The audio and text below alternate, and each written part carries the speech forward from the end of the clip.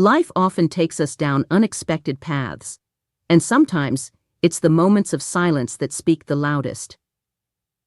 Imagine giving everything for those you love, only to realize that it's time to choose yourself. This is a story of strength, sacrifice, and reclaiming one's life. Stay with me for a few minutes, and let's dive into a story that might just resonate with your own journey. A true story about this grandma. The moment she finally said, "No more." The birthday gift that broke her. It was meant to be a day of celebration, a day to mark the passing of another year, and yet for Margaret, it would become a defining moment in her life.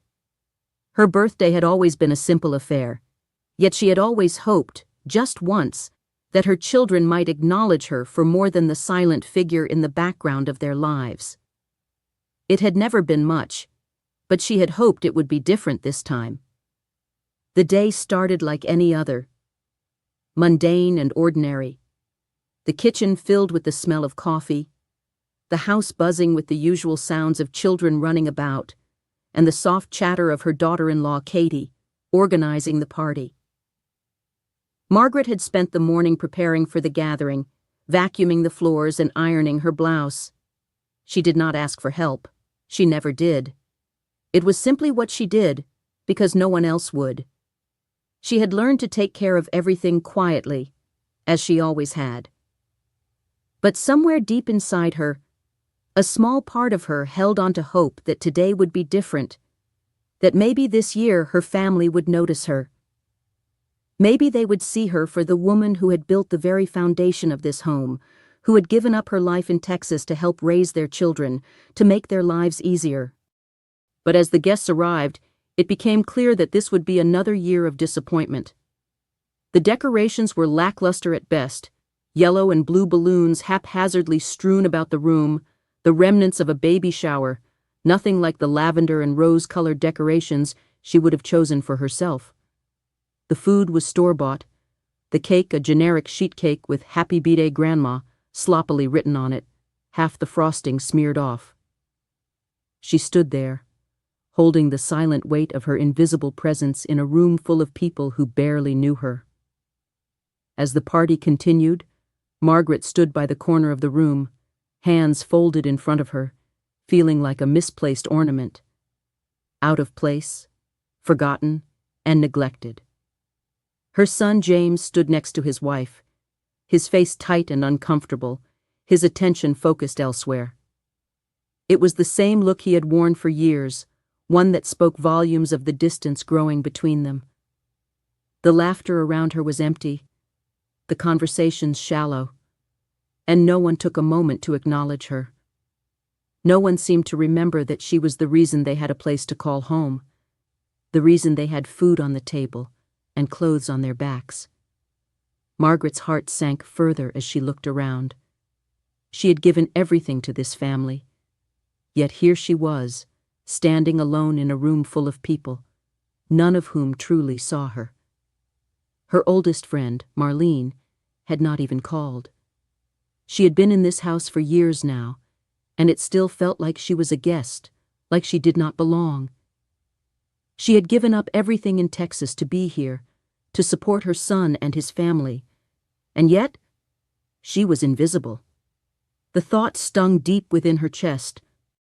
Then came the moment that would change everything. Her daughter-in-law, Katie, walked over with a small, brightly wrapped box in her hands. Her manicured nails tapped the box as if it were something precious. Margaret looked up at her, searching her face for a sign of warmth, a hint of kindness. But all she saw was that cold smile, the kind that masked mockery with sweetness. "Here, Grandma," Katie said loudly so everyone could hear. "We got you something special." The room went quiet for a moment, and all eyes turned to Margaret, waiting for her reaction. Even her grandson, who had just turned 11, began to laugh before she opened the box. It was as though they were all in on the joke, except her. As she slowly unwrapped the box, Margaret's heart began to race. She could feel something was terribly wrong, but she couldn't quite place it yet. She peeled back the wrapping paper, her fingers trembling slightly. And then she saw it. An orange dog collar, neon bright, with a silver tag that read in bold capital letters, "Bite me." For a moment she couldn't breathe. The room went silent.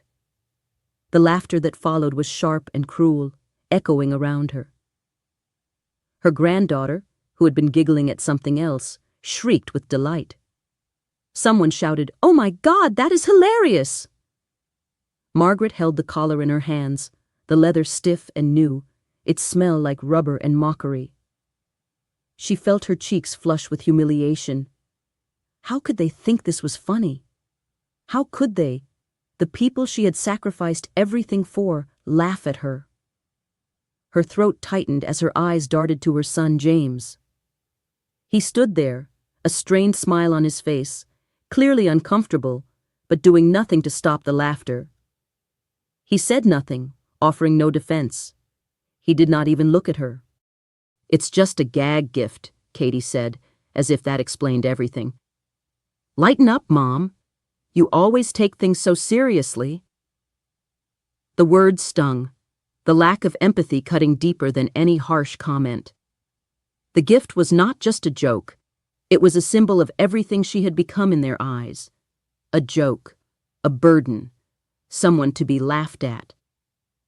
Margaret's vision blurred as she stared at the collar. The laughter continued around her, but it felt as though she was no longer part of the scene. She was just standing there, holding the collar, trying to swallow the lump in her throat. Her granddaughter's giggles rang in her ears, but she could not shake the image of the girl she had once cared for, the girl she had rocked to sleep and comforted, now laughing at her. No one came to her defense, not one person. It was as though she was invisible once more, only this time it was worse. They had stripped away any pretense of respect. She was not the matriarch of the family, the one who had nurtured them through their struggles. She was just the punchline of their cruel joke. As the party continued without her, Margaret stood still, her hands still clutching the collar. Slowly she placed it back in the box, closed the lid, and smiled. The kind of smile women give when they are holding back tears. "Thank you," she said softly. "That was very thoughtful." Her voice cracked with the weight of the moment, but she did not let them see it. She could not. Katie turned away, her attention already back on the guests. The music picked up again, something poppy and loud, and James disappeared into the hallway, as he always did when things got uncomfortable. Margaret, though, did not go to join the party. She picked up the box with the collar and walked quietly into the kitchen. There she did what she always did. She began cleaning. The dishes were stacked high, the remnants of the buffet scattered across the counter. Margaret rolled up her sleeves and began washing them, one by one. The hot water burned her hands, but it gave her something to focus on, something to do. She needed it. If she stayed still for too long, the sting of humiliation would swallow her whole. And as she stood there washing the dishes, she realized something. This moment, this cruel birthday gift, was not just about the collar. It was about everything she had endured over the years, the sacrifices, the invisibility, the years of feeling unappreciated. And for the first time, something in her snapped. She was done. Not today, not tomorrow, but soon. She would make them realize who had truly been holding the family together. It was time for a lesson they would never forget. The invisible role of a mother. Margaret stood there, washing dishes, the hum of the dishwasher accompanying her thoughts. The day had started as just another birthday celebration, but it was quickly becoming a marker of a much deeper wound, one that had been festering for years, hidden beneath the surface of her daily sacrifices. As she scrubbed, her mind wandered back to the countless moments when she had given everything for her family, only to be overlooked, undervalued, and dismissed. Her life had never been glamorous, never one for accolades or recognition. It was simple, almost mundane in its consistency. When she had left Texas all those years ago, she had hoped for a fresh start, a chance to be close to her son and his growing family. The promise was always the same, a temporary arrangement until things got better, until she could settle in and make herself at home. But temporary had stretched into years, and what was meant to be a brief stay had become permanent. What began as a promise of family unity had gradually transformed into something she didn't recognize, a role she hadn't signed up for. In Texas, she had known who she was. She had her little house, her community at church, and a life that, while quiet, was rich with meaning. The people around her knew her for who she was, the woman who baked pies for the church bake sale, who helped fold bulletins, and who shared a laugh over potlucks and gossip. She was known, respected, and loved for the things she contributed, not just as someone filling a role, but as an individual. She had been more than just a caretaker, more than just someone who helped out. But now, in Nevada, her contributions seemed forgotten, her presence barely acknowledged. She had become little more than the hired help in her own son's house, the one who washed the dishes, picked up the kids, and cleaned up after every meal, while they carried on with their lives as if her actions were expected, as if she were invisible. The house was beautiful. The life her son and his wife had built was grand, but there was no room in their world for her to exist as anything more than an accessory. Margaret had never minded doing for others. It was her nature. She had raised her son on the idea of service, of helping others without expecting anything in return. She had instilled in him the importance of family, of putting others before oneself. And yet, over the years, she had come to realize that her sacrifices were being taken for granted. Her selflessness had been mistaken for servitude, and her willingness to do without complaint had made her a silent fixture in the background of their lives. She was the one who cooked dinner 5 nights a week, the one who folded laundry and packed lunches. She was the one who cleaned the house, the one who sat by the phone waiting for her son to call, the one who filled the silences in their lives. And yet, as her birthday rolled around each year, she couldn't help but hope for something different. Some acknowledgement of all she had done, of all she had given. But this year, that hope was dashed. The dog collar was just the latest in a long line of dismissals, the final straw in a series of increasingly dismissive actions. It wasn't just the gift, it was the entire atmosphere that had surrounded her that day. Her daughter-in-law's comments, "Lighten up, Mom," stung more than the collar ever could. It was the casual cruelty that had come to define their interactions. She wasn't even Mom anymore. She was just the help. Someone to be bossed around and laughed at. Margaret had spent so many years being the invisible backbone of this family, keeping everything running smoothly while the world around her spun faster and faster. She had given up her own life, her own dreams, to help them build theirs. She had come to Nevada with the idea that she was needed, that she was still important, that her sacrifices had meaning. But with each passing year, she felt her significance slipping away, and with it, a piece of her soul. Her son, James, used to be her little boy. She had raised him to be strong, kind, and responsible. She had sacrificed for him, stayed up late to help with his homework, and comforted him when he scraped his knee. But now he seemed distant, too wrapped up in his own life to even notice her. His silence in the face of the dog collar, his failure to stand up for her when Katie mocked her, was a sign of the growing divide between them. He had become just like his wife, indifferent to the woman who had done everything for him. It wasn't that James was a bad person. He wasn't. But over the years, he had forgotten what it meant to honor the woman who had given him life, the woman who had shaped him. He had become so absorbed in his own world that he no longer saw her, not truly. He saw her as a fixture in his life, a person who would always be there to do the hard work, to take care of the little things that no one else wanted to do. And in doing so, he had allowed her to be reduced to nothing more than a servant in her own home. Katie, his wife, had never understood the sacrifices Margaret had made. She had never seen the value in what Margaret did every day, and to her, Margaret's service was something to be taken for granted, something to be laughed at. The dog collar was a perfect example of how little respect she had for Margaret, how little she understood the weight of the role Margaret had played in her life. It was a cruel joke, but it wasn't the first one. It was just the one that had broken her. Margaret stood at the sink, the warm water running over her tired hands, and she realized something. She couldn't keep doing this. She couldn't keep giving everything to a family that didn't even see her. She had given them everything: her time, her savings, her youth, her life. She had built this home, but it was no longer hers.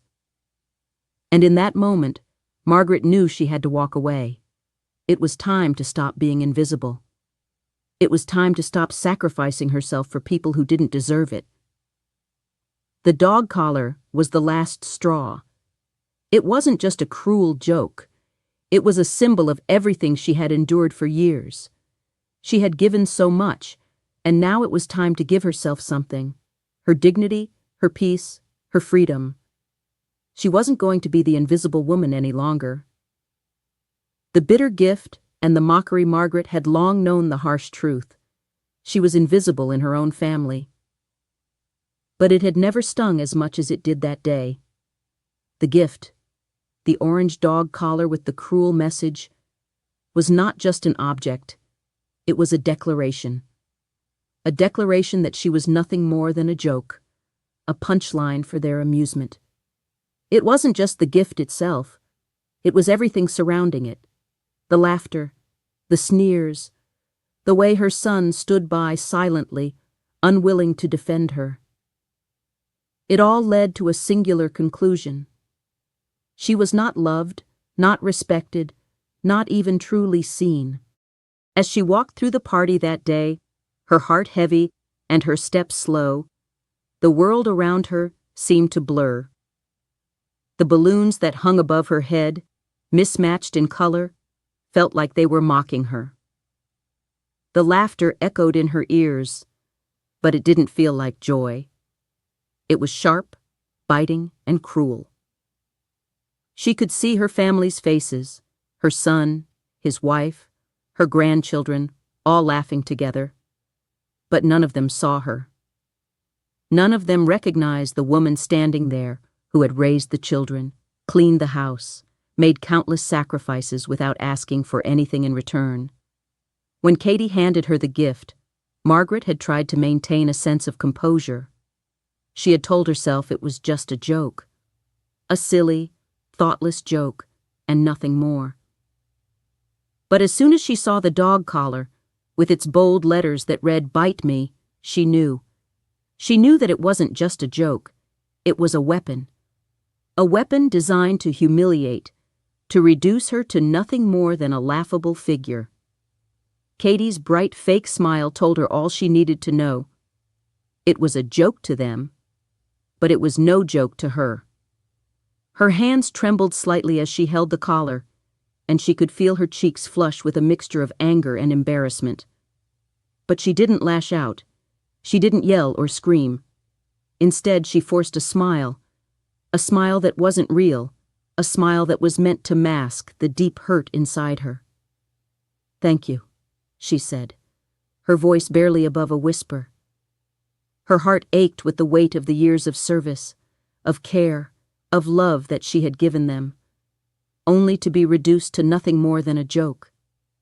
She held the collar tightly in her hands, feeling its cold, rubbery texture against her skin, and tried to imagine who could have thought this was funny, who had wrapped it up, put it in a box, and decided it was an appropriate gift for the woman who had been the cornerstone of their lives. The laughter around her grew louder, and her son James offered a tight, uncomfortable smile. He said nothing. Nothing to defend her. Nothing to stand up for the woman who had raised him. He just stood there, holding his granddaughter, his eyes avoiding hers. It was as if he had already decided that this moment was not worth confronting, not worth making a stand for. "Lighten up, Mom," Katie said flippantly. "You always take things so seriously." The words hit her like a slap across the face. The sheer disregard, the casual cruelty, left her speechless. She could feel the tears welling up in her eyes, but she refused to let them fall. She had spent her entire life being strong for others, doing the work that needed to be done without complaint. She wasn't about to let them see her break now, but inside, a part of her snapped. The dam that had been holding back her pain for so long finally gave way, and for the first time in years, Margaret allowed herself to fully understand the depth of the disrespect she had been enduring. She had always known they didn't appreciate her, not in the way she deserved. But this was different. This was a clear sign that they had lost any semblance of respect for her as a person. She wasn't just the mother, the grandmother, the caregiver anymore. She was the servant, the invisible one, the one who did the work, cleaned the house, cooked the meals, and never asked for anything in return. And now, she was the joke. The laughter continued to echo in her ears, and she realized that not a single person in the room understood the significance of the moment. They didn't understand that this wasn't just about the gift. It was about everything she had done for them over the years. All the years of washing dishes, folding laundry, picking up the children from school, and never once complaining. It was about all the ways she had tried to be a part of their lives, only to be pushed to the sidelines. She wasn't a guest in her own home, she was the hired help. And that dog collar was the final insult. As the laughter continued around her, Margaret could feel herself retreating inward. She could no longer participate in the charade. She had been playing along for far too long, hoping that things would change, hoping that one day they would see her for who she truly was. But now, she realized, she had been fooling herself. They didn't see her, not truly. Margaret slowly placed the collar back in the box, her hands still shaking. She closed the lid and turned to walk away, her face carefully composed. "Thank you," she repeated, her voice thick with emotion. That was very thoughtful. But Katie didn't seem to notice. She was already clapping her hands, calling out to the guests, asking if anyone wanted more chili. The music picked up again, loud and poppy, the sound cutting through the silence that had settled around Margaret like a heavy fog. Her son, James, disappeared into the hallway, just as he always did when things got uncomfortable. He never stood up for her. Not anymore. He never had, really. Not since they had moved to Nevada. Margaret took the box with the collar and walked quietly into the kitchen. She didn't join the party. She never did. She had learned long ago that she didn't belong in their world, not in any meaningful way. She had become an accessory to their lives, a tool to be used when needed and discarded when not. In the kitchen, Margaret did what she always did. She started cleaning. It was the one thing she could still control, the one thing that gave her a sense of purpose, even if no one ever appreciated it. The plates were piled high, the mess from the buffet scattered across the counter. She rolled up her sleeves, turned on the faucet, and began washing the dishes one by one. The hot water burned her hands, but it kept her busy, kept her from thinking too much. But as she stood there scrubbing away, the realization hit her harder than any of the laughter or mocking words. This was it. She couldn't keep doing this anymore. She couldn't keep giving everything and getting nothing in return. She had given them her time, her love, her life. And they had taken it all for granted. Margaret knew then that something had to change. The life she had built for them, the sacrifices she had made, had been swallowed whole by their apathy. It was time for her to stop being invisible. It was time to stop sacrificing herself for people who didn't see her, didn't value her. Memories of sacrifice and love. As Margaret stood at the sink, washing the last of the dishes, her thoughts drifted back to Texas. She could still picture her little brick house with the creaky porch swing, the wild lavender bush that had been planted in her garden long ago, and the comforting hum of the radio filling the quiet afternoons. In those days, life had been simple, but full of meaning. She had known who she was, what she stood for, and she had been respected for the work she did. Her days were filled with purpose, from folding bulletins at the local church to helping with the potluck lunches. She was part of a community, known and appreciated for her contributions. But those days felt like they belonged to another lifetime. A time before she had packed up her life and moved to Nevada to help her son and his family. It had seemed like the right decision at the time. She wasn't getting any younger, and when James had called and asked her to come stay with them, she had jumped at the opportunity. He had promised that it would only be for a little while, just until she felt better, until she found her footing. The kids would love to have her around, and it would give her time to heal from the loss of her husband. She had agreed without hesitation, eager to be close to her son again, to be a part of his life in a way that she hadn't been for years. But what was meant to be a temporary arrangement had turned into something else entirely. Time had slipped by, and before she knew it, she had put down roots in a house that never truly felt like home. There had been moments, brief glimpses of warmth, where it seemed like things were going well. She remembered the early days, when James had been genuinely grateful for her help. They had been a young family, struggling to make ends meet, and her contribution had made a difference. She had helped with the kids, cooked the meals, and, in the process, had become a part of their routine. It had felt good to be needed, to be acknowledged for the things she did. But over the years, that gratitude had turned into assumption. James had stopped thanking her, stopped asking if she needed a break, and the tone had shifted from appreciation to entitlement.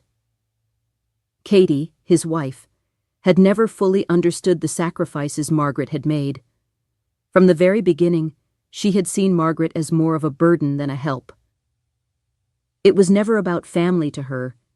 It was about convenience. Margaret had slowly become a fixture in the house, expected to take care of everything without any recognition or appreciation. As Margaret reflected on the years she had spent in Nevada, she thought about the things she had given up. She had sold her house in Texas to help them with their mortgage, quietly sending money every month to ease their financial burden. She never asked for anything in return. She never even mentioned it. She didn't want to be a burden. She didn't want to be a source of tension. But in the end, that's exactly what she had become. She had poured everything she had into this family, and yet it felt like she was invisible. Her sacrifices went unnoticed, unappreciated, and her presence became more of an inconvenience than a blessing. The house that they had built together, the home that she had helped create with her own hands, no longer felt like hers. It was theirs, a place for them to live their lives, a place where Margaret was just an accessory. She had given up her life in Texas, her own home, her own identity, to come and be with them, to help them in any way she could. But somewhere along the way, she had lost herself.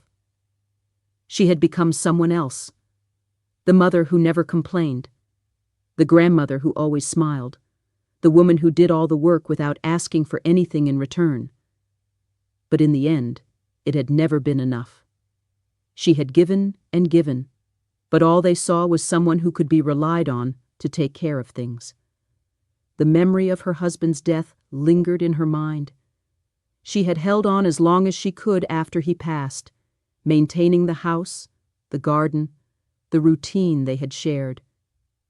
But after a while, it became too much. She had lost the love of her life, the man who had been her partner for so many years, and she had been left alone to navigate a world that felt colder and emptier without him. The thought of spending the rest of her life in that quiet house, without him by her side, was more than she could bear. And so, when James had called, offering her a chance to be with him, she had taken it without thinking twice. It felt like the right decision at the time, a fresh start. But now, as she stood in the kitchen, looking at the life she had built for them, she realized that it had never been her life at all. She had become a stranger in her own home, a guest in the house she had helped create. Her son, James, had stopped seeing her for the person she was. He no longer saw her as the woman who had raised him, the woman who had sacrificed so much to give him the life he had. He saw her as the one who did all the work, the one who took care of everything without asking for anything in return. She wasn't his mother anymore. She wasn't even his family. She was just a figure in the background, there to clean the house and make sure the children were taken care of. The cruelty of the gift, the dog collar, had been the final blow. It wasn't just about the object itself. It was about what it represented. Years of sacrifice, years of giving without receiving, years of being invisible. The collar was a joke to them, but to Margaret, it was a reminder of everything she had lost. It was a symbol of the way they had treated her, of how they had come to expect her to serve them without ever considering what she needed or wanted. The collar was not just a gag gift. It was a statement, one that told her everything she needed to know about where she stood in their lives. And as Margaret stood there in the kitchen, staring at the remnants of the party, she made a decision. She would no longer be invisible. She would no longer sacrifice herself for people who didn't see her, didn't appreciate her, and didn't love her.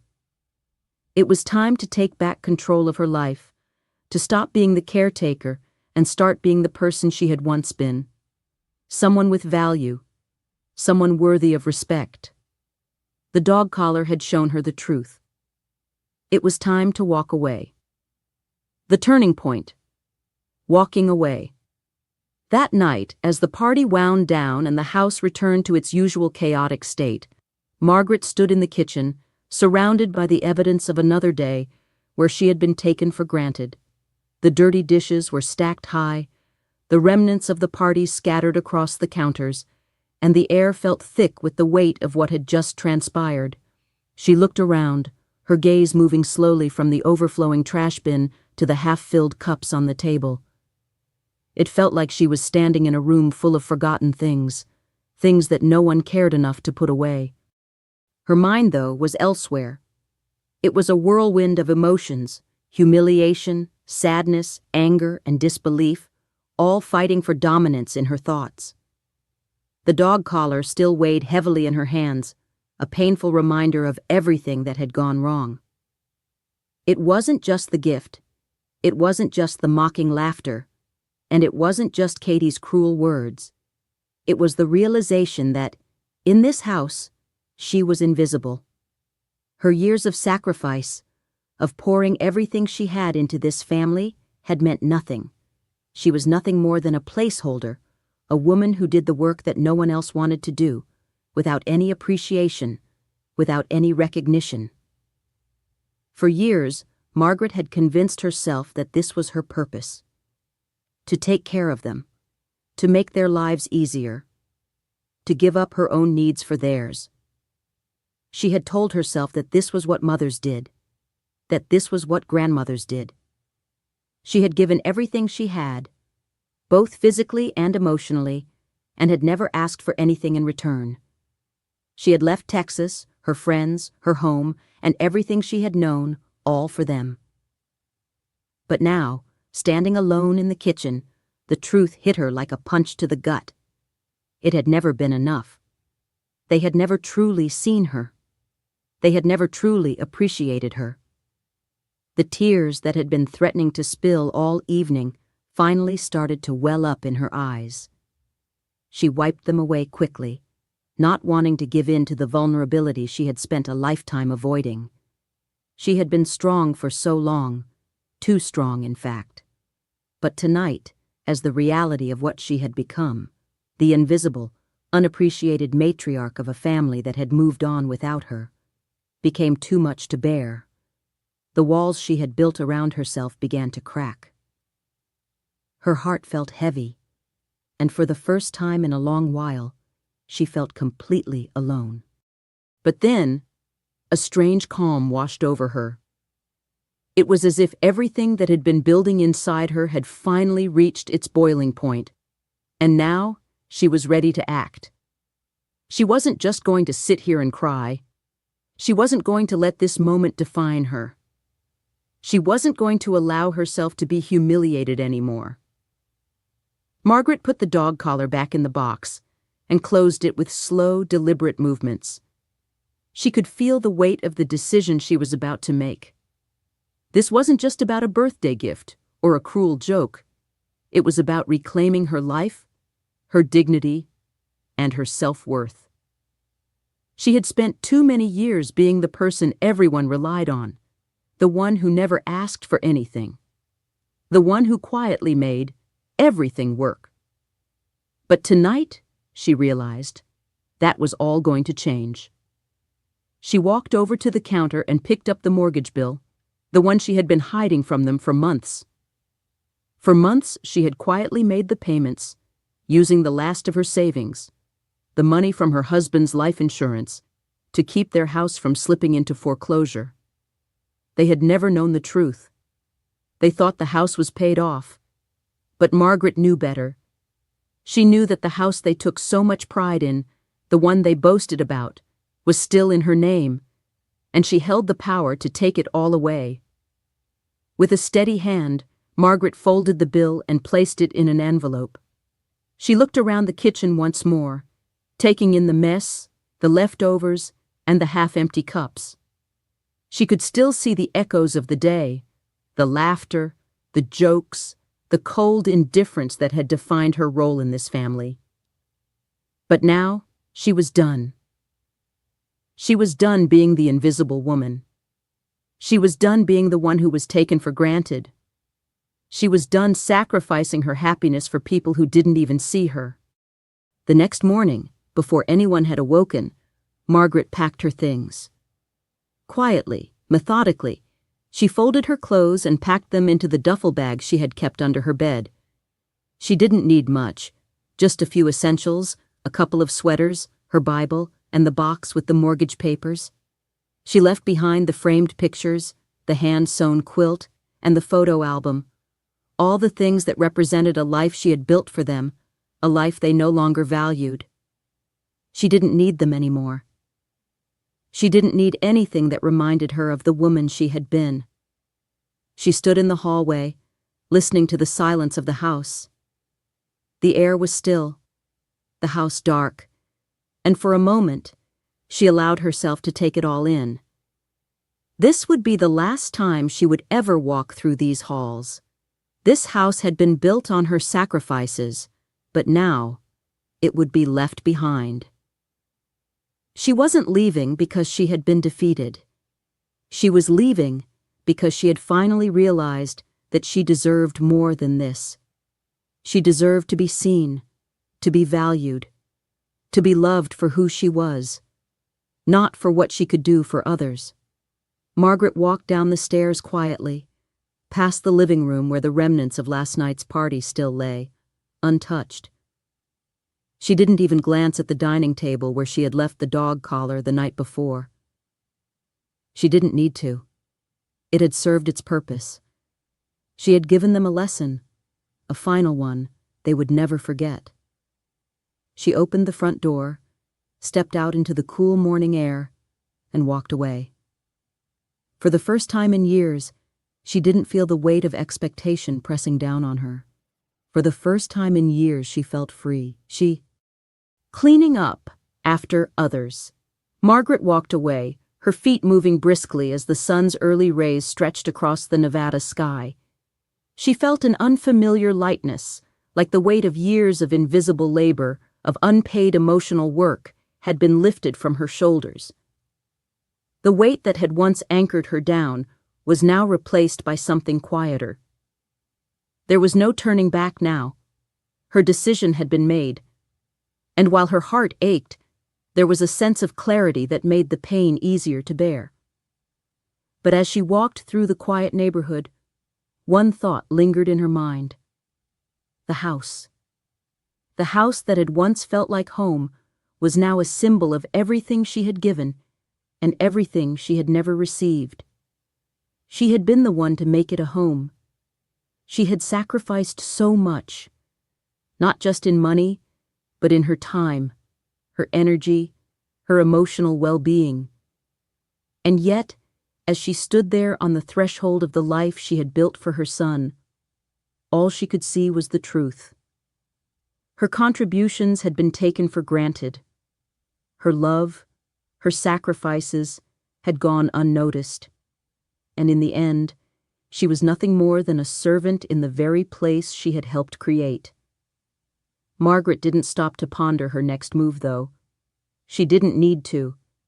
She knew exactly what she had to do. The first thing on her mind was getting away. She needed space, time to think, to breathe, to process everything that had happened. But even more importantly, she knew that she needed to find her own life again. She needed to rediscover the woman who had once lived for herself, for her passions, for her happiness. She had lost that woman somewhere along the way, buried beneath years of duty, obligation, and the constant demands of others. And now, it was time to reclaim her. Margaret had never been a selfish woman. In fact, she had spent most of her life putting others first, her family, her friends, even strangers in need. But now, as she walked down the quiet street with the soft sound of her footsteps echoing in the early morning air, she realized that it was time to stop putting everyone else before herself. It was time to care for her own needs, her own desires, her own happiness. The bus stop was only a few blocks away, but Margaret's mind drifted as she walked. She thought about her life in Texas, the community she had once been a part of, the small house she had owned. She missed the simplicity of it all, the potlucks, the quiet afternoons spent tending to her garden, the peaceful rhythm of her life. She had been content there, not because she had everything she wanted, but because she had purpose. She had been seen, respected, and appreciated. There had been meaning in her work, meaning in the small things she did for others. And now, as she made her way to the bus stop, she realized just how much she missed that feeling. When she arrived at the bus stop, she could see the city bus coming down the road. It slowed as it approached, the sound of the tires humming on the asphalt. She didn't hesitate.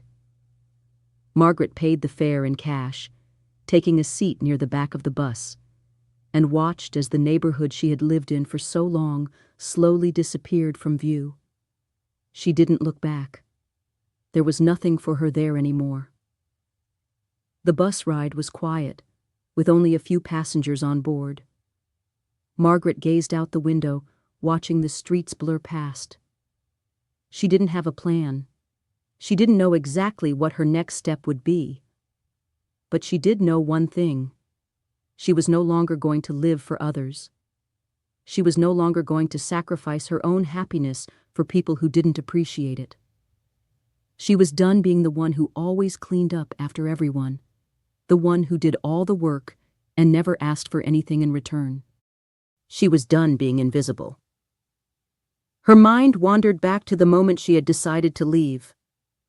It had been a long time coming, but it had taken the dog collar, the joke that wasn't funny, the slap in the face, for her to realize just how deeply she had been undervalued, That gift had been a symbol of everything she had been to her family: someone to laugh at, someone to use, someone who did the work and was forgotten as soon as the job was done.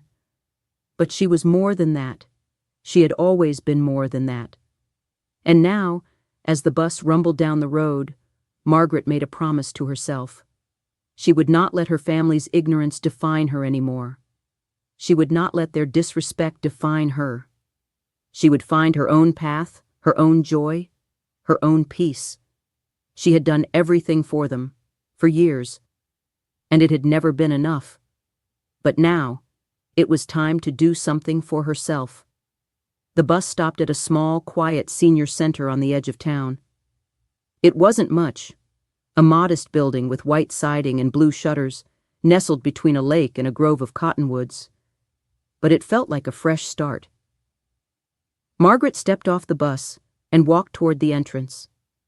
The front garden was blooming with early spring flowers, and for the first time in a long time, she felt a glimmer of hope.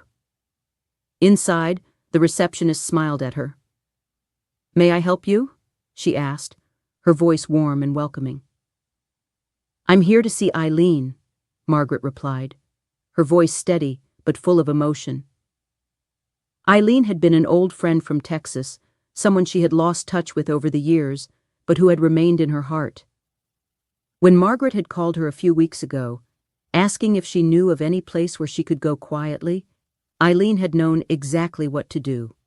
She had found Margaret a room at the senior center, a quiet, peaceful place where Margaret could start over. A few minutes later, Eileen appeared, her silver hair cut short and neat, her face creased with age, but still familiar. Margaret felt a rush of relief when she saw her. Eileen wrapped her arms around her in a tight hug, and for a moment, Margaret felt like she had come home. "Your room's ready," Eileen whispered. Margaret followed her down the hall to a small room, bright with light and overlooking the lake. The bed was simple, but it was hers. It was a new beginning, a chance to rediscover herself. She set her bag down and took a deep breath, feeling the calm of the place seep into her bones.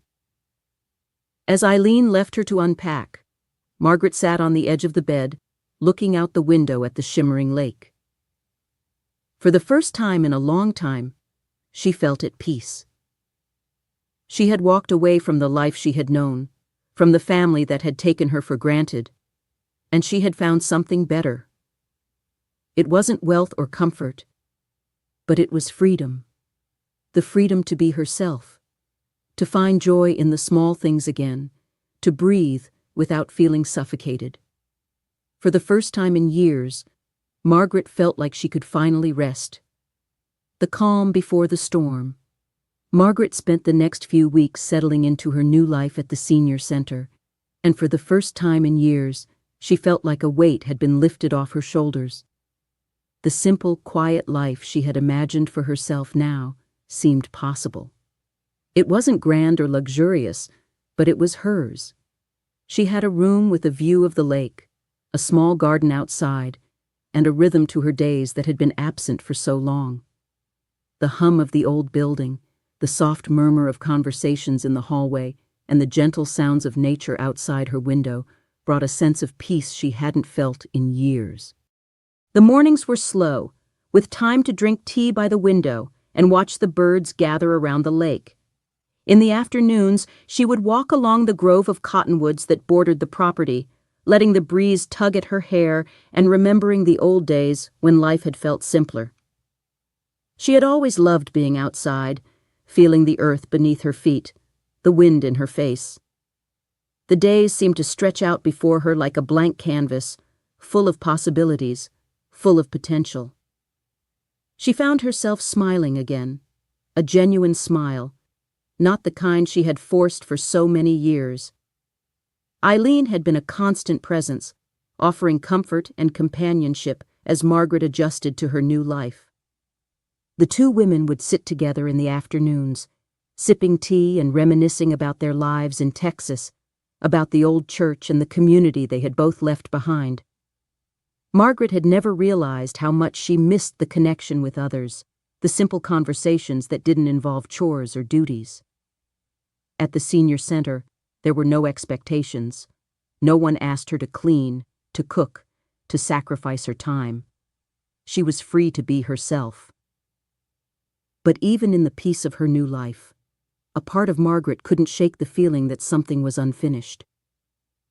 She had walked away from her family, from the house, from the life she had helped build for them.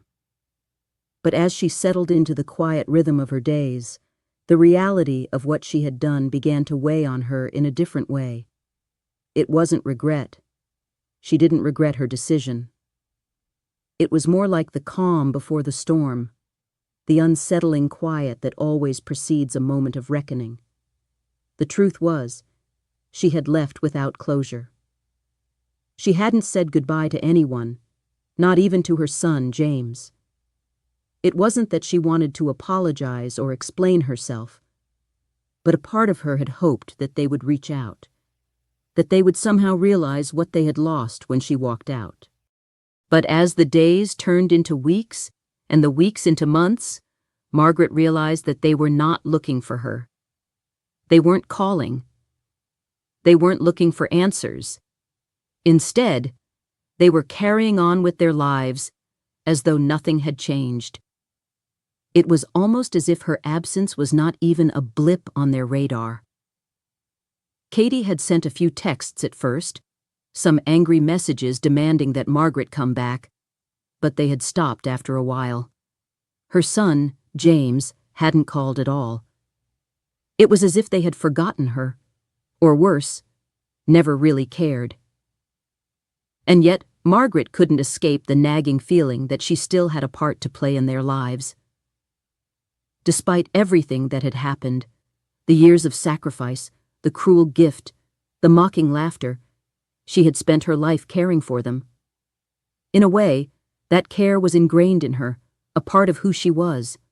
She wanted to believe that her son, even if he hadn't acknowledged it, still needed her in some way. She wanted to believe that the life she had built for them meant something. But as time passed, she realized that her son's life had moved on without her. He had his family, his career, his responsibilities. And Katie? She had never seen Margaret for the person she was, only for the things she could do for them. Now that Margaret was gone, she had found a way to move on too. The absence was starting to feel permanent. And the deeper Margaret settled into her life at the senior center, the more she understood that she was no longer a part of their world. She had walked away, but they had let her go. And in some ways, that hurt more than anything. The lack of a fight, the absence of any real effort to bring her back, made her realize just how invisible she had been in their lives all along. There were nights when Margaret would lie in bed, staring up at the ceiling, the weight of it all settling over her, like a heavy blanket. The loneliness that had accompanied her for so long was now amplified by the quiet of her new life. She no longer had the distractions of chores and duties to keep her mind occupied. There were no children to pick up from school, no meals to prepare, no laundry to fold. It was just her and the slow passing of time.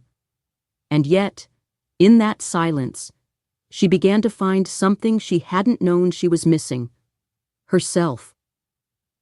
She began to explore the parts of her soul that had been dormant for so long. She had spent so many years focusing on others that she had lost sight of who she was, of what she wanted, of what made her feel alive. Now, as she sat by the lake or wandered through the garden, she realized that she had not only lost herself in the role of caregiver, but she had also forgotten how to dream. The peace of her new life was not without its struggles. There were moments when the quiet was deafening, and the memories of her family would sneak up on her, reminding her of what she had left behind. But as the days turned into months, Margaret began to see things differently. She began to understand that the peace she had found in this new chapter of her life was worth more than the years of sacrifice she had given her family. She didn't need their approval anymore.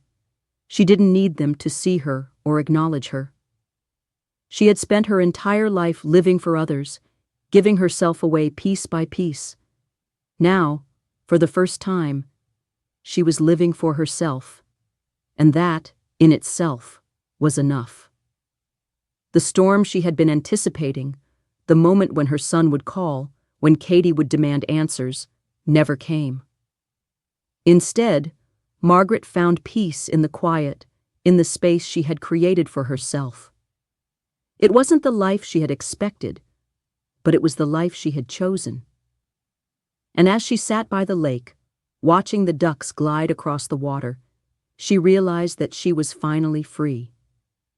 Free from the roles she had been forced to play, free from the expectations that had weighed her down for so long.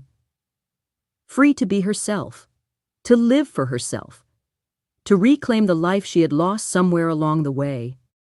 For the first time in years, Margaret was at peace. The mortgage decision. The days at the senior center passed slowly for Margaret, but in that slowness she found a kind of beauty. Each day she awoke with no agenda, no obligations to anyone but herself. She could finally take a breath, without feeling as though she were being pulled in 100 different directions. The hum of the community around her, the soft voices in the hallways, the peaceful view from her room. It was all beginning to feel like the life she had always longed for. She no longer had to be the person everyone relied on. She was free to be just Margaret, the woman who deserved a life of peace, after so many years of selfless service. However, even in her newfound peace, a part of Margaret's mind couldn't let go of the past. The family she had walked away from, the home she had helped build, still lingered in her thoughts. The decision she had made to leave wasn't easy. In fact, it was the hardest thing she had ever done. But now, as time stretched on, Margaret understood the gravity of that choice. The house she had left behind was not just a building. It was a monument to everything she had sacrificed. She had poured her heart and soul into that house. Every dish she washed, every meal she cooked, every toy she picked up, every bill she paid. It all contributed to making the house the home it had become. It was where her son had grown up, where her grandchildren had played, where memories had been made. It was her legacy, her gift to her family. But somewhere along the way, that gift had been taken for granted. When Margaret had offered to help pay for the mortgage, it had been out of love for her son, for her grandchildren, and for the life she hoped they would all share. She hadn't wanted recognition, hadn't wanted credit. She just wanted to make their lives easier. The truth was, she hadn't even cared if they knew the sacrifices she was making to help them. All she wanted was to be needed. But as she sat by the window of her room at the senior center, watching the sun rise over the lake, Margaret realized how much of her life she had given away. She had helped them, sure, but at what cost? She had given up her own financial security, her own peace of mind, in order to prop up their lives. She had spent her savings, her husband's life insurance, and countless hours of her own time to ensure their comfort. But no one had ever truly seen her for the person she was. The realization that she had been taken for granted hit her harder than any of the mockery at the birthday party, harder than the cruel joke of the dog collar. This was different.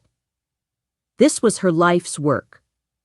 The years she had spent in service to her family, the years she had sacrificed her own happiness for theirs. She had thought she was doing the right thing, but now she wasn't so sure. And so, as the days passed in the quiet of the senior center, Margaret began to think more seriously about the house. She remembered the mortgage bill, the last one she'd received before she left. She'd been making payments quietly, month after month, for so long.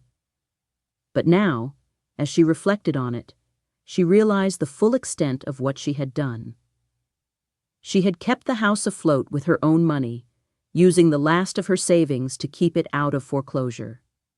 She had paid the bills without anyone ever asking how she was doing, without anyone ever acknowledging the sacrifices she was making. She remembered the last conversation she had with her son before leaving, when she had quietly mentioned that she had been making the mortgage payments for months. He had thanked her, but there had been no real recognition. There had been no gratitude, no appreciation for the fact that she was keeping their house from falling apart. It was just another passing comment in a long line of dismissals. That moment, like so many others, had been a wake-up call. Margaret had decided to stop making the mortgage payments. It was a small act of defiance, but it was a powerful one. She realized that her son, his wife, and their family had never truly appreciated what she had done for them. They had taken her sacrifices for granted, assuming that she would always be there, always be the one to fix things, always be the one to clean up the messes they left behind. But Margaret was done. She was done being the invisible woman. She was done being the one who held everything together while everyone else carried on as if she didn't matter. As she sat at her desk in her room at the senior center, Margaret looked at the most recent mortgage statement. There were only 3 payments left. 3. She had never told her family how much she had been paying, never mentioned the strain it had caused her.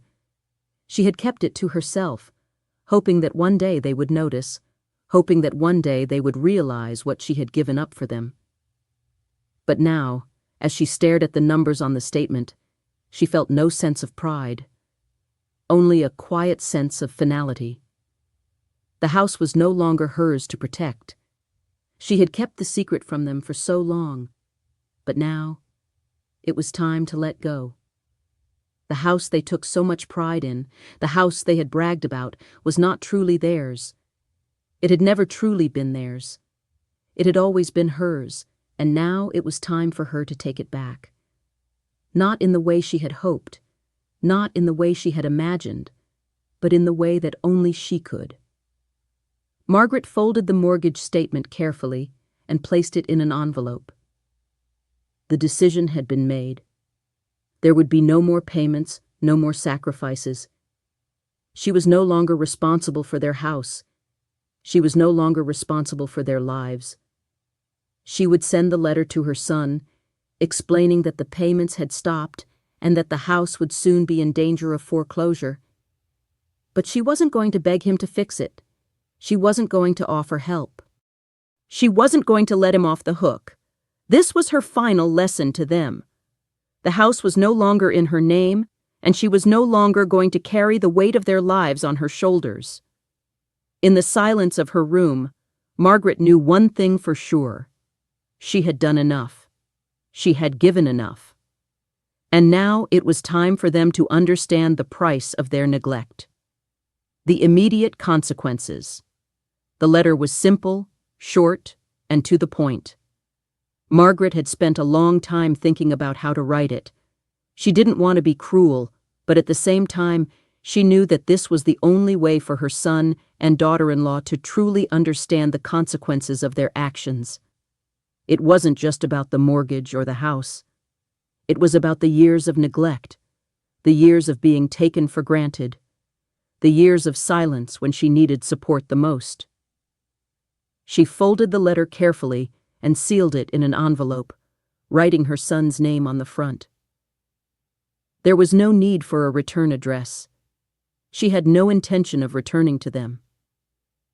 She had walked away, and now there was no going back. Margaret wasn't sure what kind of reaction the letter would provoke, but she knew it would be strong. The weight of it all, the realization that the house was no longer theirs, that their sense of security was about to crumble, would be a shock to them. But it wasn't her responsibility anymore. She had done all she could. The rest was up to them.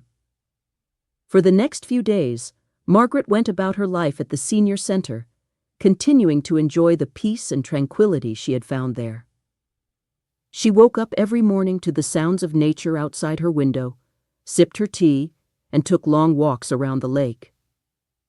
she made friends with some of the other residents, women who, like her, had seen their fair share of life's struggles. There was Doris, a woman who had been abandoned by her children at a bus station years ago, and Lupe, a woman who had given up her house for her son's business, only to end up in a small room at the center. Margaret felt a kinship with them. They didn't need to explain their stories. They understood each other in ways that words couldn't convey. The peaceful rhythm of her days allowed her to reflect on everything that had happened. She had given so much to her family, had sacrificed her own life for theirs, and yet it had never been enough. They had taken her love and care for granted, assuming she would always be there to pick up the pieces, to solve their problems, to hold everything together. But now, as she settled into her new life, Margaret understood that she had been right to walk away. Her family's dependence on her had become a cage, a trap that kept her from living for herself. It wasn't about abandoning them. It was about reclaiming her life, her autonomy. Margaret had spent so many years being the person everyone relied on, the one who did all the work, the one who never asked for anything. But now she was living for herself, and that was the most powerful thing she could do. Then, one afternoon, the phone rang. It was the senior center's front desk, and the receptionist informed Margaret that she had received a call from her son. The news of the letter had already reached him, and he was not happy. Margaret felt a strange sense of calm wash over her. She knew this moment would come. Her son, James, had always been proud and stubborn. He had built a life for himself, and now he was about to face the consequences of assuming that his mother would always be there to fix things. The house, their home, was no longer in her hands. She had no intention of fixing it for them. She picked up the phone, and for the first time in months, she heard her son's voice. There was an edge to it, a tone of panic that Margaret hadn't heard in years. "Mom," James said, his voice tight, "what's going on? We got your letter. Why did you stop the mortgage payments? You can't just leave us like this." Margaret closed her eyes for a moment, letting the words hang in the air. It wasn't easy hearing the panic in his voice, but she knew this moment was necessary. He needed to understand the gravity of what had been happening. For so long, he had relied on her without ever really seeing her. Now, she would make him see. "James," Margaret said, her voice steady but firm. "You've never understood the sacrifices I made for you, for your family. I spent years helping you, supporting you, without asking for anything in return. And when I needed something, when I needed to be seen, you weren't there. None of you were." There was silence on the other end of the line, and for a moment, Margaret wondered if he had hung up. But then he spoke, his voice quieter now, tinged with frustration. "Mom, this isn't fair. We've always relied on you. We didn't ask you to do this. You're the one who kept sending the money. You didn't have to. We didn't ask for that." Margaret took a deep breath. It was true. They hadn't asked her to help. But they had never stopped to ask if she needed anything either. They had never thought to check if she was okay, if she had the support she needed. The truth was, she had been invisible to them for so long. "You didn't have to ask," Margaret said softly. "I did it because I wanted to help. But I've realized now that I can't keep doing it. I've given everything I had, and it hasn't been enough.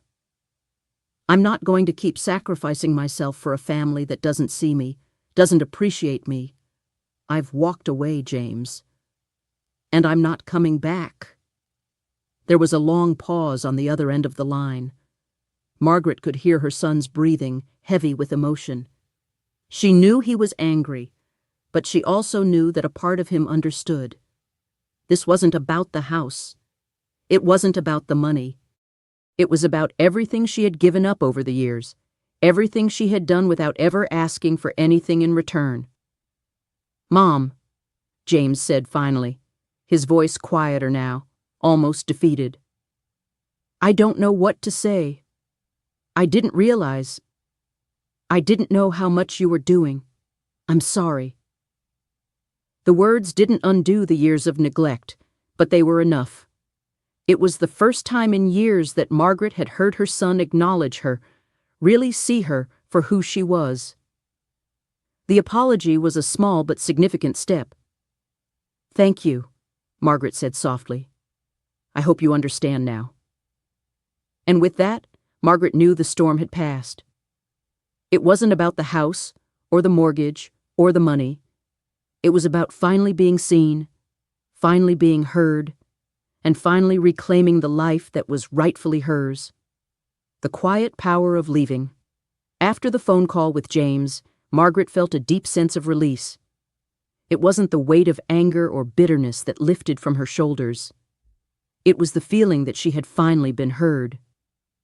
For the first time in years, her son had acknowledged her sacrifices, her pain, and the fact that she had been quietly carrying the burdens of their family without any recognition. The apology, though brief and simple, had been more than she ever thought she would get from them. And that was enough. As she put the phone down and returned to the peaceful solitude of her room, Margaret felt something shift inside her. It wasn't anger, it wasn't regret. It was something much quieter, something that had been waiting to emerge for years. Peace. She had walked away from a life that had swallowed her whole, from a family that had taken her for granted. She had let go of the role she had played for so long, the caregiver, the fixer, the one who always made everything work behind the scenes. And in letting go, she had found herself again. She no longer had to be the person who carried everything on her shoulders. She no longer had to be the invisible woman who made everyone's life easier, who gave up her own needs and desires to meet the expectations of others. For the first time in a long time, Margaret could breathe. She could be Margaret, not just a mother or grandmother. She was just a woman, a person who had the right to live her own life, to pursue her own happiness.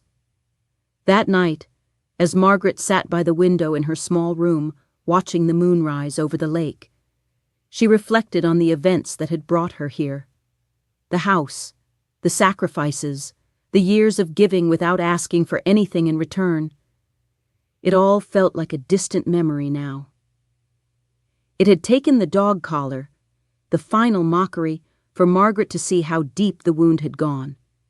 But once she saw it, once she understood that her family had never truly seen her, she had made the decision to walk away.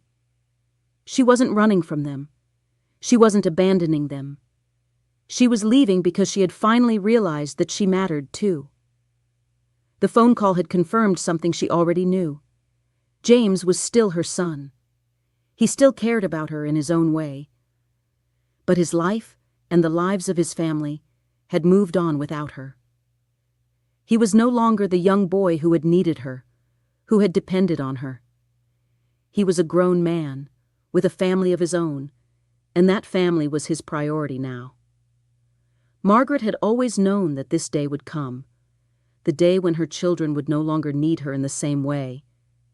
But it wasn't until that moment, when James had apologized and acknowledged her sacrifices, that she truly understood it. Margaret had done everything for her family. She had given them her love, her time, her resources, and ultimately her own sense of self. But in the process, she had forgotten who she was. She had become so focused on meeting their needs, on making sure everyone else was taken care of, that she had lost sight of her own needs. She had spent years being the person everyone relied on, the one who kept things together, the one who was always there. And in doing so, she had let herself slip into the background, forgotten, invisible. It wasn't just about the house, Margaret realized. The house had been a symbol of her sacrifices, a symbol of the life she had given up for them. But the true cost had been her sense of identity. She had allowed herself to become defined by her role in their lives: the caretaker, the helper, the fixer. And in that role, she had lost herself. But now, standing on the threshold of this new chapter in her life, Margaret felt a quiet power growing inside her. She had taken the first step in reclaiming her own life, in rediscovering who she was outside of her family. It wasn't easy, and it wasn't without its pain, but it was the right decision. She had walked away from a life that was no longer serving her, a life where she had been invisible. And now, for the first time in years, she felt seen. She felt heard. And she felt free. The quiet power of leaving had not been about revenge or anger. It had been about reclaiming her own worth. She had spent so many years giving, never asking for anything in return. And while that had been done out of love, it had also been done out of a sense of duty that had become suffocating. She had been so busy taking care of everyone else that she had forgotten to take care of herself. But now, that was changing.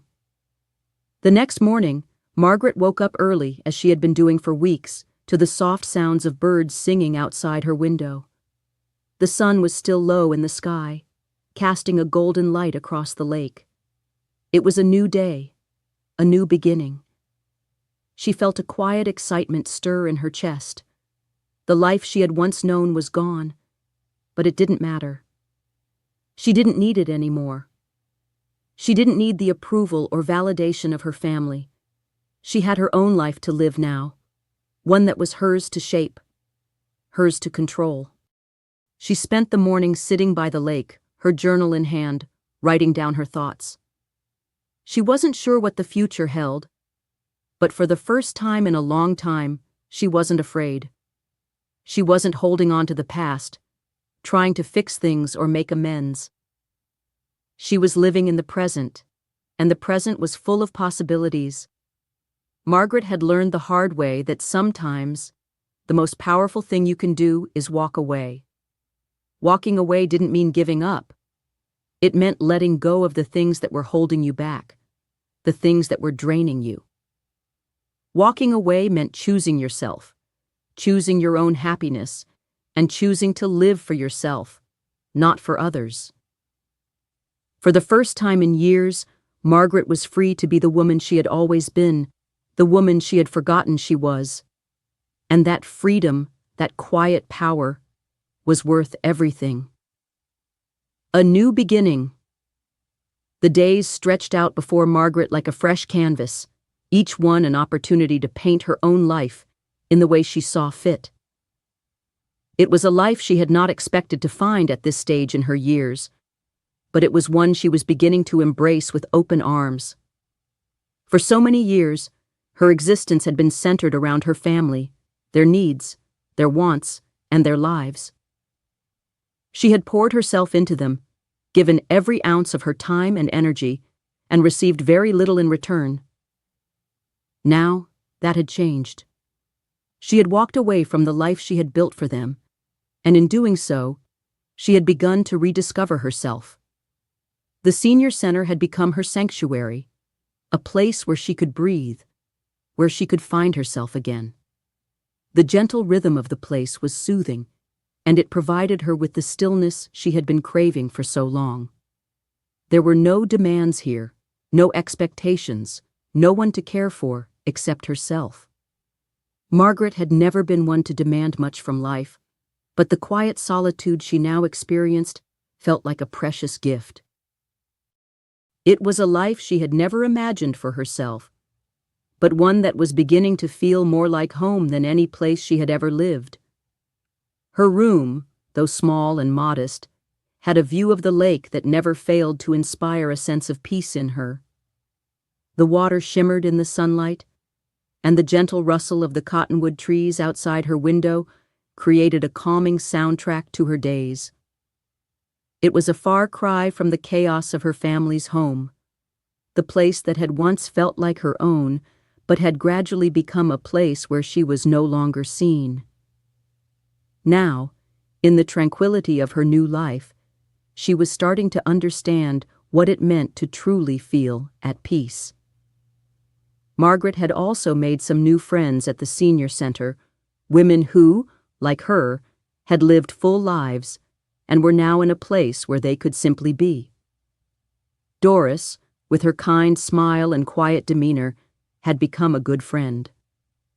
Doris had been abandoned by her children, left at a bus station when they no longer wanted to care for her. Her story mirrored Margaret's in many ways: the sacrifices made, the love given, and the eventual realization that it was time to let go. Lupe, another resident, had given up her house for her son's business, only to end up here, living in a small room with little more than her knitting needles and memories. These women, like Margaret, had experienced the difficult process of redefining themselves after years of living for others. They would often sit together in the afternoons, sipping tea and talking about their pasts. It was comforting to hear their stories, to know that she was not alone in her experience. Each of them had made sacrifices for their families, each had given parts of themselves away, and now, in their later years, they were learning to reclaim those parts. They had all walked away from something: a family, a home, a life they had spent years building, and had found something new in the process. It wasn't easy, but it was necessary, and it was beautiful. Margaret began to spend more time on her own, taking long walks along the lake, letting the solitude soak into her bones. She thought about her family, but the anger that had once bubbled inside her was fading. There was no need for it anymore. They had chosen their path, and Margaret had chosen hers. She was learning to forgive them, not for their sake, but for her own. She had carried the weight of their neglect for so long, but now she understood that forgiveness was the key to her freedom. It wasn't about excusing their behavior. It was about letting go of the hold their actions had on her. One afternoon, as she walked through the garden outside the center, Margaret thought about the letter she had sent to James. She hadn't expected an apology, and she hadn't received one. But that wasn't what mattered. What mattered was that she had finally spoken up, finally said the words that needed to be said. She had stopped being invisible, stopped being the silent one who did everything without asking for anything in return.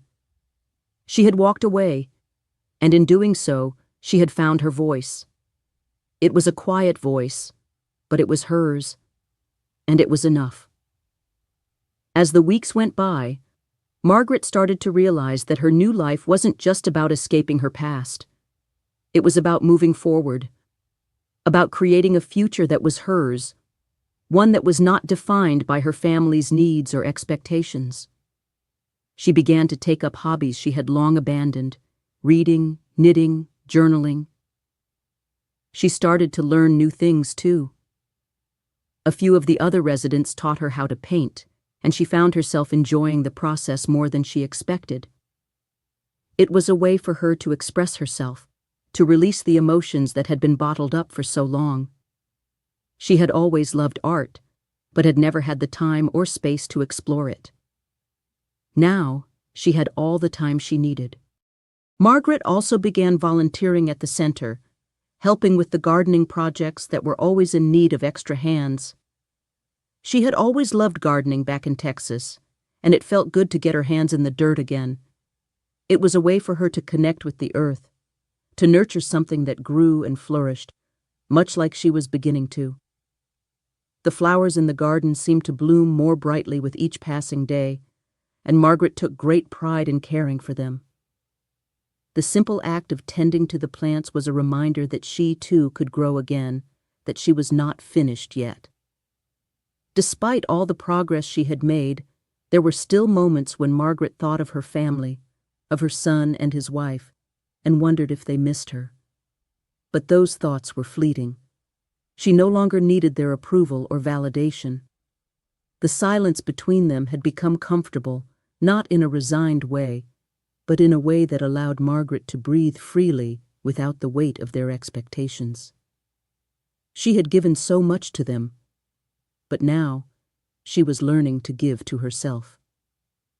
For the first time in years, she was truly living for herself. The quiet power of leaving had allowed her to reclaim her life, to rediscover the parts of herself she had lost along the way. And with each passing day, Margaret felt stronger, more confident in her decision to walk away. The quiet, peaceful life she had found was exactly what she needed. She wasn't just surviving anymore. She was living. The journey was not over, but for the first time, Margaret was eager to see where it would take her. She had walked away from the past, and in doing so, had given herself the chance to walk into a new beginning.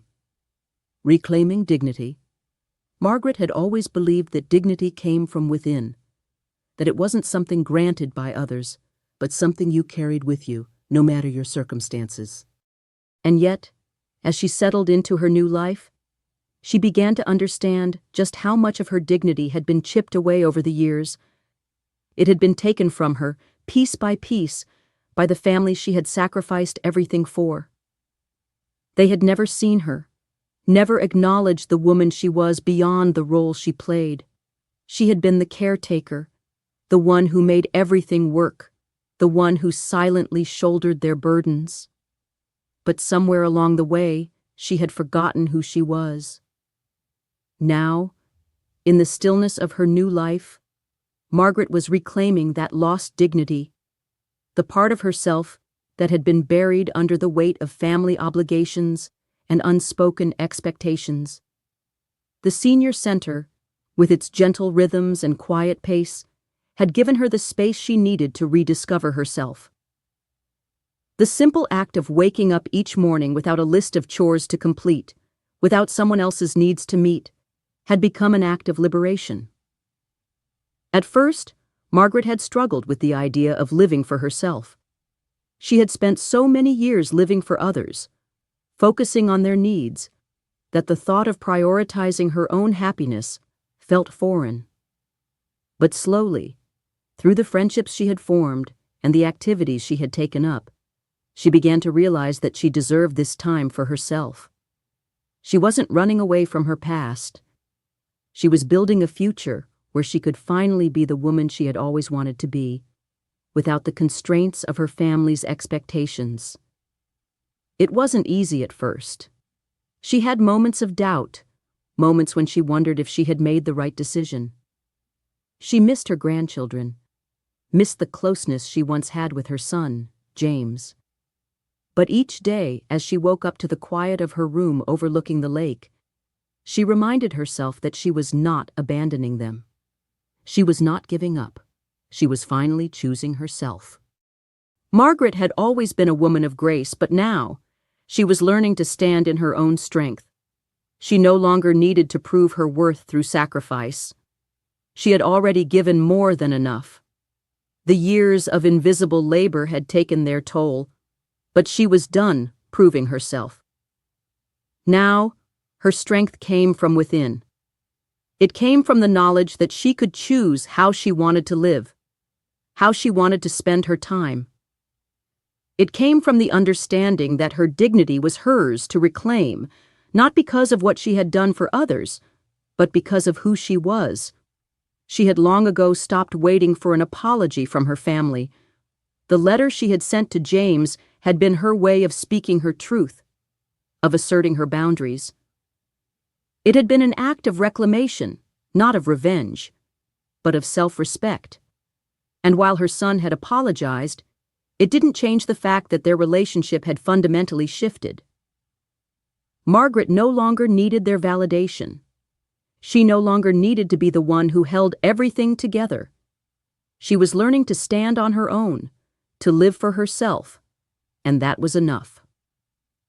One afternoon, Margaret was sitting in the garden, enjoying the sunlight and the peace of the space around her, when she noticed one of the other residents, Doris, walking toward her. Doris had a soft smile on her face, and Margaret noticed that her eyes held the wisdom of someone who had lived through many trials, just as she had. "You know," Doris said, taking a seat beside Margaret, "sometimes the hardest thing to do is to let go, to walk away from everything you thought you knew. But the most freeing thing you can do is to choose yourself." Margaret nodded, feeling a lump form in her throat. Doris had put into words exactly what Margaret had been feeling. It wasn't easy to let go of the past, to walk away from the people who had once been the center of her world. But in letting go, she had finally begun to live for herself. The truth was, she hadn't really lived for herself in years. Her life had been defined by her family, by the roles she had played for them. But now, Margaret was choosing a different path. She was choosing to live as herself, not as a mother, not as a grandmother, but as a woman with her own desires, her own dreams. Doris smiled softly, her eyes full of understanding. "You've got more strength in you than you realize, Margaret. You've lived through so much, and now you're finally taking the time to live for you. That's something most people never figure out." Margaret felt tears well up in her eyes, but this time they weren't tears of sadness or regret. They were tears of relief, of recognition. For the first time in years, she was truly being seen, not for what she had done for others, but for who she was. It was a powerful feeling, one that made her chest swell with pride. "I didn't know if I could do it," Margaret admitted, her voice shaky. "But now I feel like I'm finally starting to understand what it means to be free." Doris nodded. "You've already made the hardest step, Margaret. You've walked away from the past, and now you're walking towards something better. That's all any of us can do." Margaret smiled through her tears, feeling a warmth spread through her chest. It wasn't about the house, or the family, or the sacrifices she had made. It was about finding peace with herself. It was about reclaiming the life that had been lost in the shuffle of trying to meet everyone else's expectations. She didn't need anyone's approval anymore. She didn't need to be the one who always gave, always sacrificed. She had given enough, and now it was time to live for herself. As the days passed, Margaret found more and more of herself again. She volunteered at the senior center, taking pride in her work, but never to the point of exhaustion. She spent her afternoons reading, painting, and enjoying the simple pleasures of life. The laughter of the other residents, the quiet conversations over cups of tea, the stillness of the lake, it all became part of the new rhythm of her life. Margaret had reclaimed her dignity, not by fighting for it, but by simply choosing to live for herself. It had been a long journey, but she was finally walking in her own strength, standing tall as the woman she was meant to be, and in that, she found a peace she had never known. The family's panic. The quiet peace that had settled over Margaret in the weeks since her departure was a fragile thing, but it felt like a lifeline. She had spent years walking in the shadows of her own life, bending to the needs and expectations of her family. And now, for the first time in years, she was standing tall in the light of her own choice. The senior center, with its calming routines and supportive community, had given her the space to heal, to reflect, and to begin to truly understand the depth of the sacrifice she had made. But as much as she had reclaimed her life, the decision to walk away from her family was still an open wound, one that hadn't fully healed. The phone call from James had been a brief moment of acknowledgement, but it hadn't brought closure.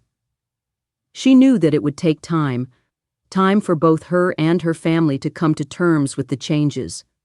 The truth was, Margaret had walked away not just from a house, but from a life, a family dynamic, and a role she had been fulfilling for far too long. Still, in the back of her mind, there was a nagging question. Would they even notice she was gone? Would they understand the impact of her absence, or would they continue with their lives, blissfully unaware of what they had lost? The answer came sooner than she expected, in the form of a frantic phone call one morning, just as she was sipping her tea by the window. The receptionist at the senior center informed her that her son had called again. James, this time, was not his usual self. The anger in his voice, the panic in his words. It was a stark contrast to the calm, apologetic tone he had used during their last conversation. Margaret could feel the tension in the air, even through the phone line. She hesitated before picking it up, a deep breath escaping her before she pressed it to her ear. "Mom!" James's voice cracked through the receiver, thick with urgency. "What the hell did you do? Why did you stop paying the mortgage? We're in trouble. We're going to lose the house." Margaret's heart didn't race, nor did her emotions flare up. Instead, she felt a quiet, almost surreal detachment. This was the moment she had anticipated. The panic, the frantic scrambling to figure out how to fix everything that had always been her responsibility. She had known it would come, the moment when her absence would be felt, when her family would realize that they could no longer rely on her.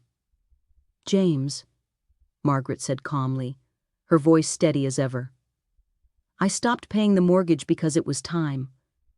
It was time for you to realize that you've been relying on me for things I can no longer give. I've been carrying you all for too long, and I can't do it anymore." There was a long silence on the other end of the line, followed by a sharp intake of breath. The tension in James's voice grew stronger. "Mom, we didn't ask you to do that. We never asked you to take care of the mortgage. You're not supposed to just disappear like this." James was shouting now, his voice tinged with anger, confusion, and desperation. "You can't just leave us like this after everything we've done for you. You've ruined everything." Margaret held the phone firmly in her hand, listening to the raw emotion in her son's voice. The anger, the blame. It wasn't new. This was the culmination of years of built-up frustration, years of taking her sacrifices for granted. They had never truly seen her, never fully acknowledged what she had given. They had always expected her to be the one who fixed things, the one who could carry the load without complaint. And now, without her, the weight was too much to bear. "James," she said softly, but with conviction, "I didn't ruin anything. You did, you and Katie. You've been living your lives as though I wasn't even here, like I was just an object to be used when you needed something. I've been invisible to you for so long, and I'm done with that. I walked away because I had to. I had to save myself." James's breathing grew ragged, and Margaret could hear the frustration building in his voice. "But you're my mother. You were always supposed to be there for me. We always relied on you." Margaret closed her eyes, the weight of the moment sinking in. She had always been there for him, always. But now, she had learned the hard way that being there for someone didn't mean letting them take you for granted. It didn't mean sacrificing yourself over and over again until you had nothing left. "I was always there for you, James," Margaret replied, her voice quiet but resolute. "But that's the problem. You never learned to stand on your own. You never learned that there are consequences to relying on someone else to fix everything. You've taken me for granted for too long, and now I can't be that person anymore." Her words seemed to hang in the air, unspoken yet understood. There was no more explaining to do, no more justifying her actions. The truth was clear. Margaret had been the one who had held everything together for too long. Now, the house of cards was collapsing, and it wasn't her responsibility to put it back up again. "Mom," James's voice cracked, "please just come back. You can't leave us like this." "I've already left, James," Margaret said, her voice full of quiet certainty. "And I'm not coming back. I've spent too many years living for everyone else. Now, I'm living for me. It's time for you to learn how to stand on your own 2 feet without me." The silence that followed was heavy, pregnant with the weight of unspoken words. The finality of the situation began to sink in, not just for James, but for Margaret as well. This was the moment of reckoning, for both of them. Margaret had walked away from the life she had built for them, and now they were faced with the reality that they could no longer rely on her to fix their problems. "Goodbye, James," Margaret said quietly, her voice steady despite the turmoil inside her. "Take care of yourselves." She hung up the phone, feeling a strange sense of calm wash over her. There would be no more calls, no more requests for help. Her decision had been made, and there was no turning back. As she sat there, in the quiet room by the window, Margaret felt a strange peace settle over her. It wasn't that she was indifferent to her family's suffering. It was that she had finally realized that she could no longer be the one to carry their burdens. She had given so much of herself, and now it was time to stop giving. It was time for her to live her own life, to take care of herself, to finally be seen as someone worthy of love and respect, not just as a caretaker. The storm had come, and it had passed. It had been loud, angry, and full of blame, but it had also been a necessary step in Margaret's journey. She was no longer invisible. She was no longer the woman who did everything for others. She was the woman who had finally chosen herself. And in that choice, she found her strength. The power of the return. Gift. Margaret's days at the senior center continued to unfold with a peaceful rhythm, each one offering a deeper sense of connection to herself and the world around her. The decision she had made to leave her family behind had, at first, left her with a quiet sense of guilt. But as the weeks passed, the guilt slowly faded, replaced by a quiet sense of empowerment. It was clear now that walking away had been the right choice, not because she was abandoning them, but because she had finally chosen herself.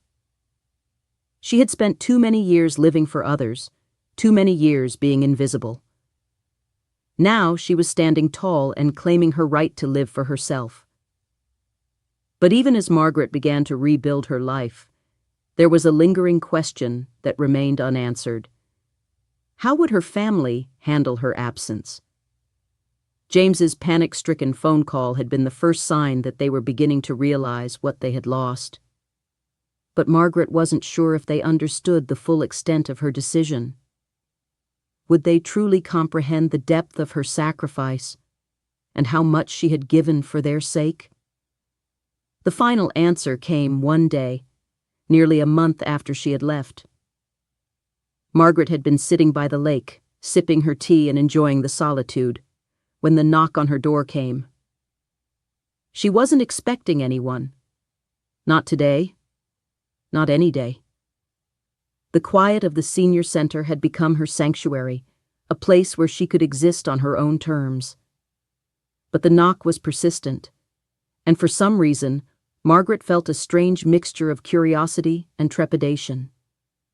When she opened the door, she was met with the sight of a small package, wrapped in plain brown paper and neatly tied with twine.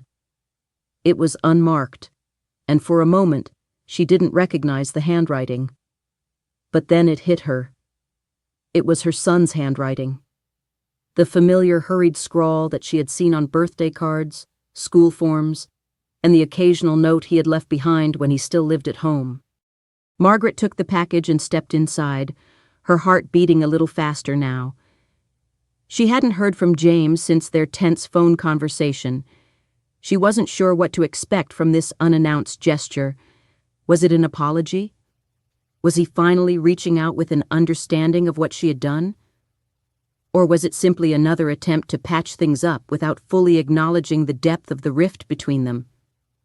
With slow, deliberate movements, Margaret untied the twine and peeled back the paper.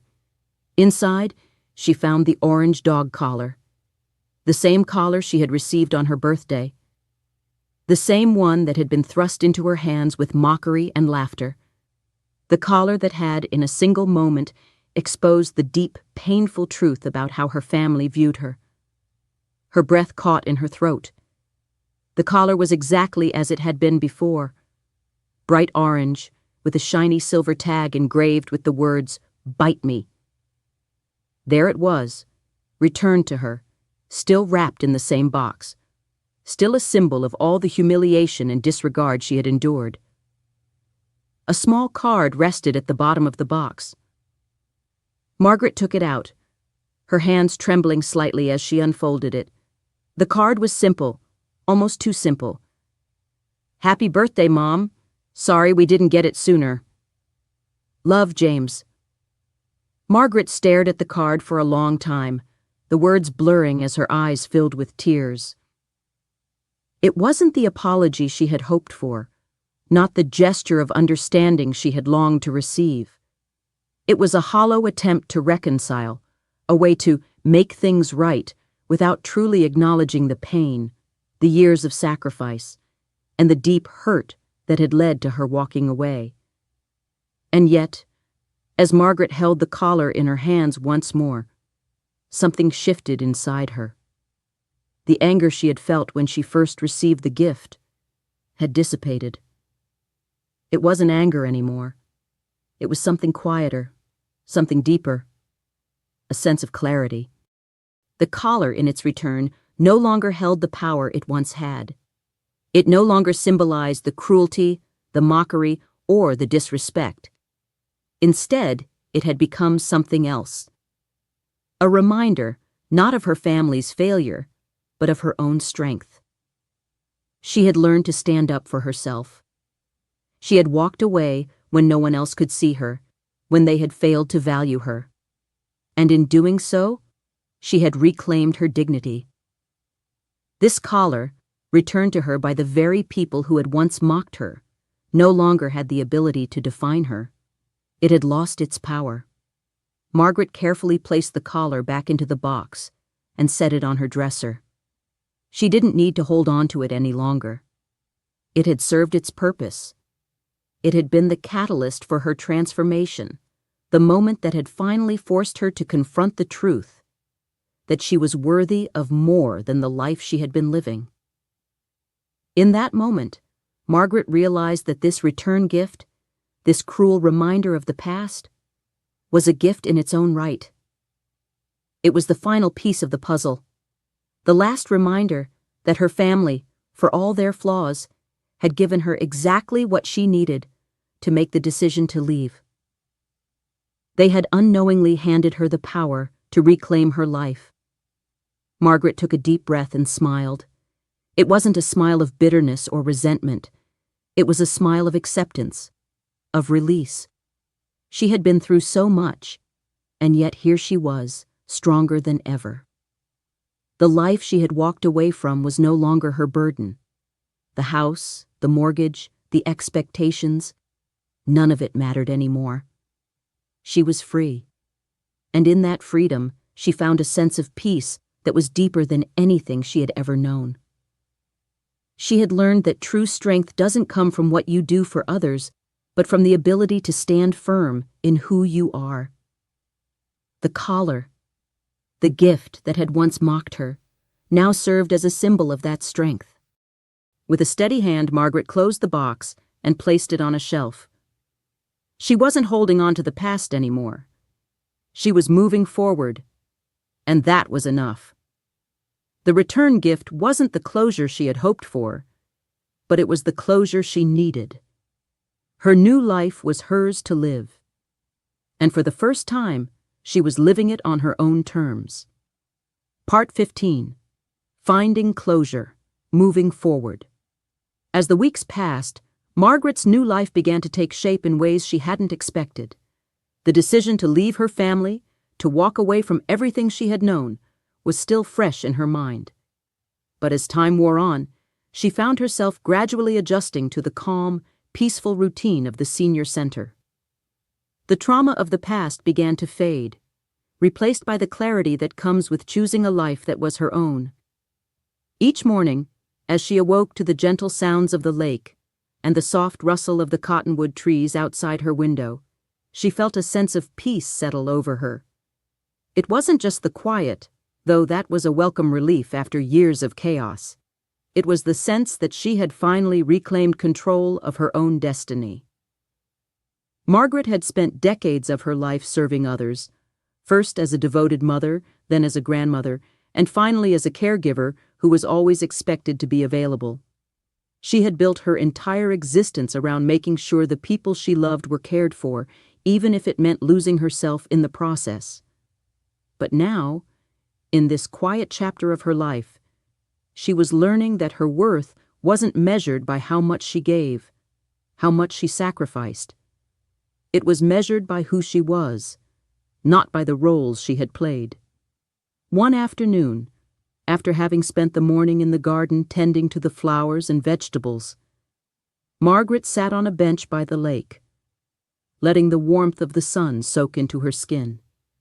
She had spent many years giving herself to others, trying to be everything they needed her to be, but in doing so, she had lost sight of herself. Now, she was rediscovering who she was, not just as a mother or grandmother, but as a woman who deserved love, respect, and happiness on her own terms. Her thoughts turned once again to the gift her son had sent back to her, the orange dog collar with the mocking "Bite Me" inscribed on the tag. At first, when it arrived, she had felt a mixture of disbelief and bitterness.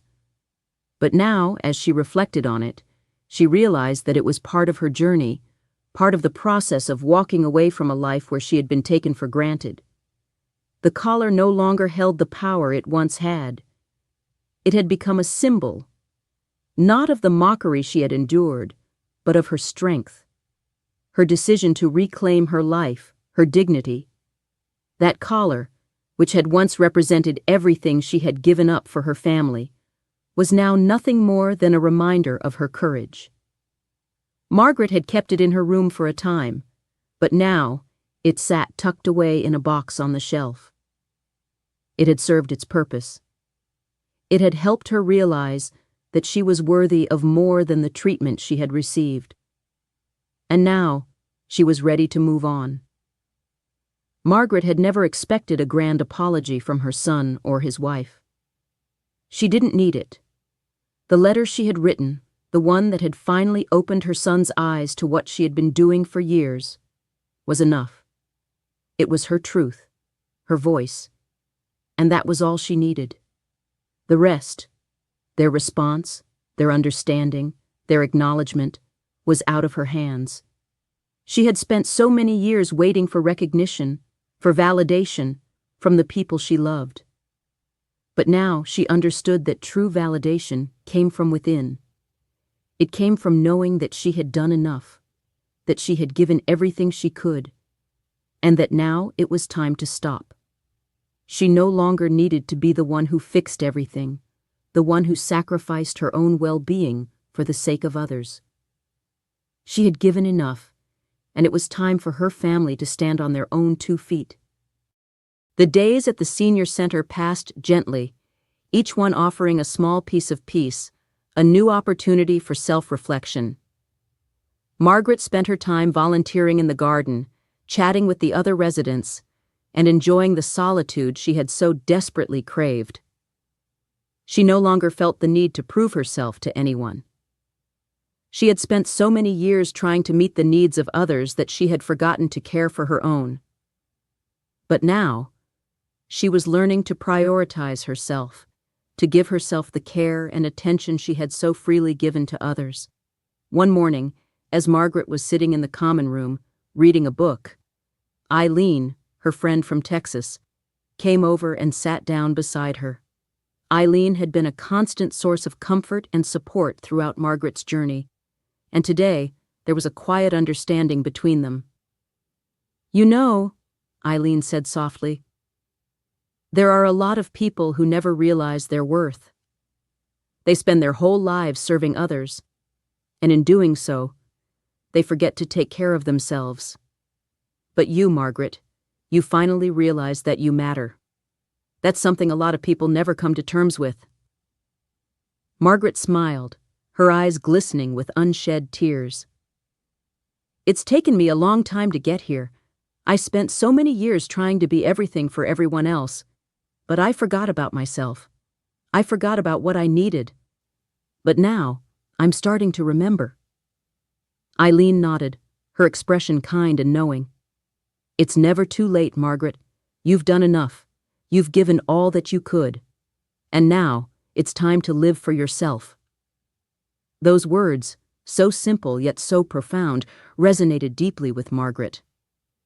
She had spent so many years living for others, and now, for the first time, she was living for herself. It was a new kind of freedom, one that didn't require her to sacrifice her own happiness for the sake of others. It was a freedom that came from choosing to live authentically, to embrace the quiet power of knowing that she mattered, not because of what she did, but because of who she was. As the weeks passed, Margaret continued to enjoy her new life. She spent her days tending to the garden, reading, and talking with her friends at the senior center. She felt no need to rush forward, no need to look back. The past was behind her, and the future was hers to create. She was no longer burdened by the weight of her family's expectations. She was free to live as she saw fit, to pursue the things that brought her joy without worrying about what anyone else thought. And as she sat by the lake one evening, watching the sun set over the water, Margaret felt a deep sense of peace. She had made her choices. She had walked away from a life that was no longer hers to live, and in doing so, she had reclaimed her dignity. She was no longer invisible. She was no longer the woman who gave and gave, expecting nothing in return. She was Margaret, a woman who had learned to stand tall, to live for herself, and to finally honor the life she had always deserved. For the first time in years, Margaret could say, with absolute certainty, that she was happy. The journey hadn't been easy, but it had been worth every step. And now, she was ready to embrace the rest of her life, a life that was entirely her own. One of the key messages from Margaret's journey is the importance of reclaiming your dignity and living for yourself, especially after years of self-sacrifice. As we grow older, it can be easy to lose ourselves in the roles we play for others, whether as caregivers, parents, or partners. But the truth is, we are worthy of love, respect, and joy simply for being who we are, not for what we give or do for others. Margaret's story reminds us that it's never too late to choose ourselves, to prioritize our own happiness and well-being. By walking away from the life that no longer served her, she found the peace and freedom she had long been seeking. We too can take steps to let go of what drains us, reclaim our autonomy, and start living in a way that honors our own needs and desires. No matter our age, it's important to remember that we have the right to live for ourselves, to find joy in the small moments, and to embrace the power of choosing our own path. True fulfillment comes from within, and it's never too late to begin again. Thank you for sharing this moment with me.